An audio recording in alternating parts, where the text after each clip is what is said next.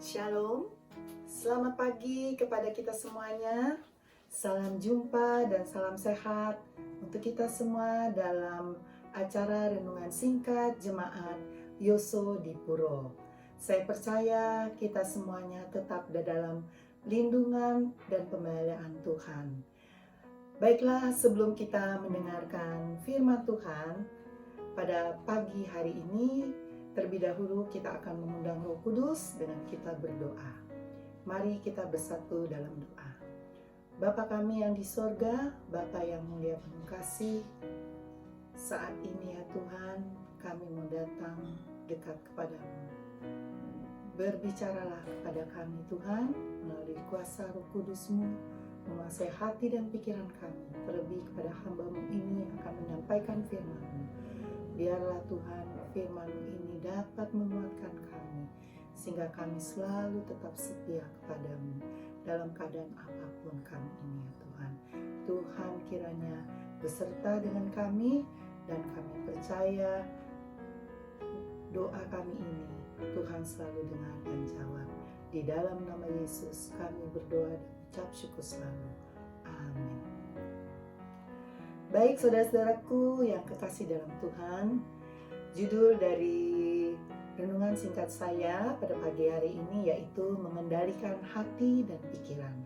Saya akan mengambilkan ayat dari firman Tuhan yang terdapat di dalam Matius 26 ayat 41. Matius 26 ayat 41 yang bunyinya sebagai berikut. Berjaga-jagalah dan berdoalah supaya kamu jangan jatuh ke dalam pencobaan. Roh memang penurut, tetapi daging lemah.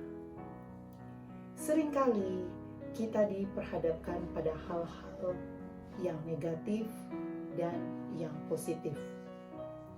Tapi pilihan ada di dalam hati dan pikiran kita. Apalagi dengan saat ini ya, kita menghadapi pandemi COVID.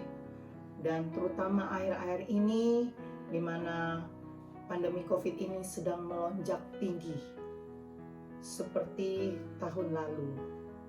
Tetapi di sini kita diperlukan pikiran yang positif, bukan yang negatif, supaya daya tahan tubuh kita tidak akan menurun.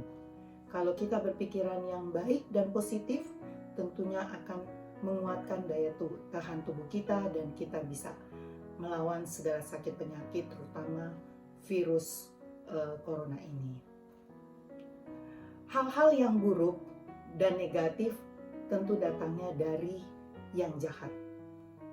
Tapi Tuhan merancangkan hal-hal yang baik dan positif. Jika pikiran kita selalu negatif, maka hal-hal yang buruk akan terjadi dan itu akan kita alami. Jadi, kalau kita selalu berpikiran yang negatif, semuanya itu akan benar-benar terjadi. Karena kita selalu berpikiran negatif terus. Tapi kalau kita mempunyai pikiran yang positif, itu pun juga akan datangnya yang baik. Itu sebabnya biarlah pikiran kita selalu hanya pikiran yang baik, yaitu positif. Namun, jika pikiran kita selalu positif, maka hal-hal yang baik akan menghampiri. Seperti yang tadi saya katakan, jika pikiran kita yang positif, maka hal-hal yang baik akan menghampiri. Sebab kebaikan itu selalu ada di dalamnya. Jadi ingat ya Bapak Ibu, saudara-saudaraku sekalian yang kekasih dalam Tuhan Yesus Kristus, kalau kita punya pikiran yang negatif, tentunya yang tidak baik itu akan datang dari dalam hati pikiran kita.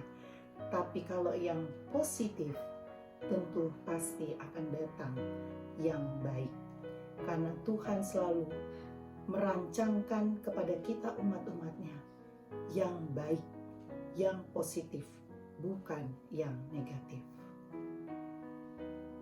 Biarlah firman Tuhan ini menjadi kekuatan untuk kita, terutama saat-saat seperti ini, yang kita sedang hadapi, yaitu pandemi COVID, dan juga tentunya pergumulan-pergumulan dalam kehidupan kita, dalam tantangan-tantangan hidup kita ke depannya. Biarlah kita semuanya dapat mengendalikan hati dan pikiran kita. Biarlah kita selalu mempunyai pikiran yang positif, yaitu pikiran yang tentu baik adanya. Baiklah, untuk menutup renungan ini saya akan bawakan